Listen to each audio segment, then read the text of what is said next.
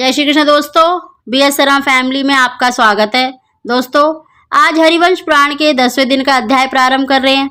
आज से भगवान कृष्ण की जन्म, उनकी बाल लीलाएं प्रारंभ हो रही हैं। हरिवंश पुराण का बहुत महत्व है। इसको सुनने मात्र से सभी पापों का नाश होता है और पितरदोष भी खत्म होता है और संतान की प्राप्ति अवश्य होती है। और जब भी आप इस कथा को सुने तो ध्यानपूर्वक सुने और कथा सुनने के दौरान मांसाहारी भोजन का त्याग कर देना चाहिए। हरिवंश पुराण का महत्व बहुत है। अगर आप इसको बीच में छोड़ते हैं तो आपको दोष लगता है। इसीलिए जब भी आप कथा को सुने तो पूरा सुने, अन्यथा इसको छोड़ दें। बोलो हरिवंश पुराण की जय। वैशंपायन जी ने जनमेजय जी से कहा कि एक बार धरती पर बहुत पाप बढ़ गया। कंस जैसे बहुत से असुरों ने के कारण धरती माँ बहुत दुखी हो गई।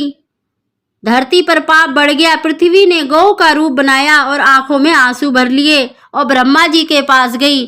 ब्रह्मा जी भी बहुत दुखी हुए और वो विष्णु भगवान के पास क्षीर सागर में गए। ब्रह्मा जी के साथ सभी देवी देवता भी गए और भगवान विष्णु ने की स्तुति करने पर भगवान विष्णु ने कहा कि मैं बहुत ही जल्द देवकी और वासुदेव जी के यहाँ जन्म लूँगा। आप भी वहाँ पर अपने अपने अंश से जन्म ले लें, जन्म धारण करें। सभी देवी देवताओं ने यादव कुल में अपने अंशों से रूप धारण करा।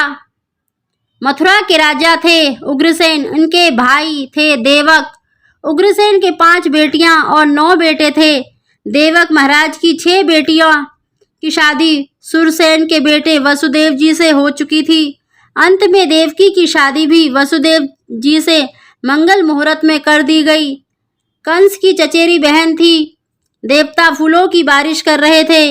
मंगल गान गाया जा रहा था। महाराज ने बहुत सा सामान अपनी बेटी को दिया। जब विदा का समय आया तो रथ में देवकी और वसुदेव दोनों विराजमान थे। सबकी आंखों में आंसू थे। कंस भी रो रहे थे। कंस को अपनी बहनों से ज्यादा देवकी से प्रेम था, क्योंकि घर में सबसे छोटी है। मैंने अपनी बहन को इतना प्यार दिया है तो क्या मैं इसके घर तक इसे छोड़ने नहीं जा सकता। कंस ने सारथी का उतार कर खुद घोड़े की रस्सी पकड़ ली और महलों की ओर चले।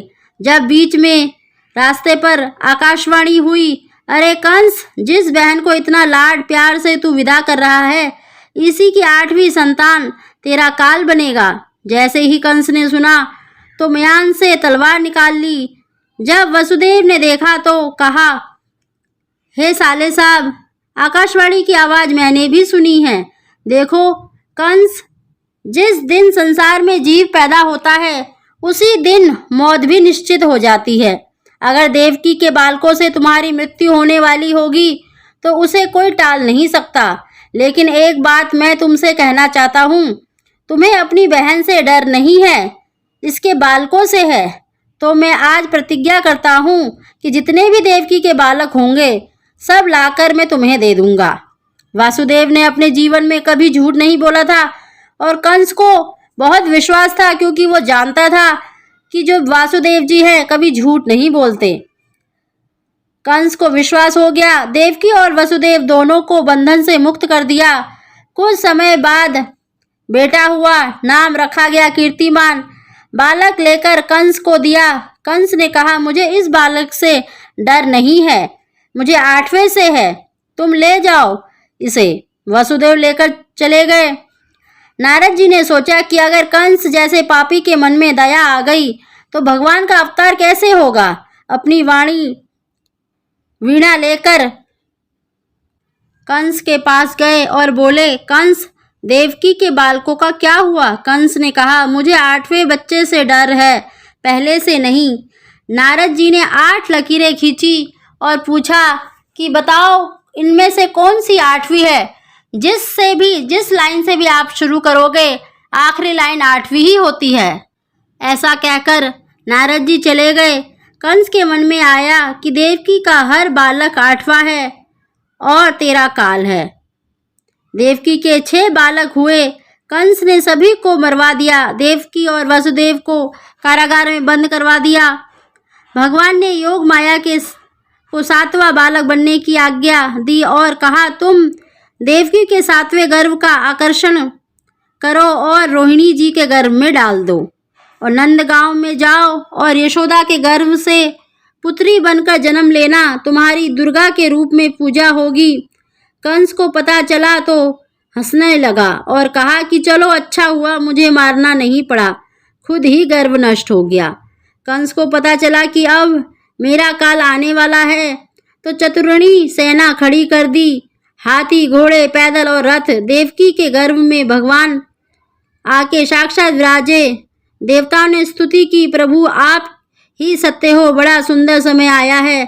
कृष्ण पक्ष बुधवार और चंद्रमा रोहिणी नक्षत्र के 3रे चरण में प्रवेश कर रहा है। आकाश में तारों का प्रकाश है। एकदम से बादल गरजने लगे, बिजली चमकने लगी, सरोवर के कमल के फूल खिल रहे थे, अग्नि कुंडों में अग्नि प्रज्वलित हो गई, मंद मंद बारिश होने लगी। अर्धरात्रि का समय है। देवकी और वसुदेव के हाथों पैरों की बेड़ियां खुल गई और भगवान कृष्ण ने चतुर्भुज रूप में अवतार लिया और देवकी और वसुदेव ने भगवान की स्तुति की। देवकी ने कहा, हे प्रभु, आपका स्वरूप दर्शनीय नहीं है, आप और बालकों की तरह छोटे बन जाइए। भगवान ने छोटे से बालक कृष्ण बनके माँ की गोद में विराजमान हो गए। सुंदर टोकरी है, उसमें मखमल के गद्दे लगे हैं। भगवान की प्रेरणा हुई कि आप मुझे गोकुल में छोड़ आइए और वहां से कन्या को लेकर आ जाइए। वसुदेव चल दिए। कारागार के द्वार अपने आप खुल गए और सभी सैनिक बेहोश हो गए। रास्ते में यमुना नदी आई। वसुदेव जी यमुना पार कर रहे थे, लेकिन यमुना जी की भगवान कृष्ण की पटरानी है, पैर छूना चाहती थी, इसीलिए उन्होंने अपने जल का स्तर बढ़ा दिया और भगवान कृष्ण ने जैसे ही अपने पांव टोकरी से नीचे करे, जैसे ही यमुना जी ने उनके पैरों को स्पर्श करा, वैसे ही उन्होंने अपना स्तर नीचे कर लिया। लेकिन बारिश भी बहुत तेज थी। तभी शेषनाग भगवान की टोकरी के ऊपर छत्र छाया की तरह आ गए। भगवान के दर्शन करने को सब ललायित हैं। वासुदेव जी ने यमुना नदी पार की और गोकुल में आ गए। बोलो बाके बिहारी लाल की जय, बोलो हरिवंश पुराण की जय।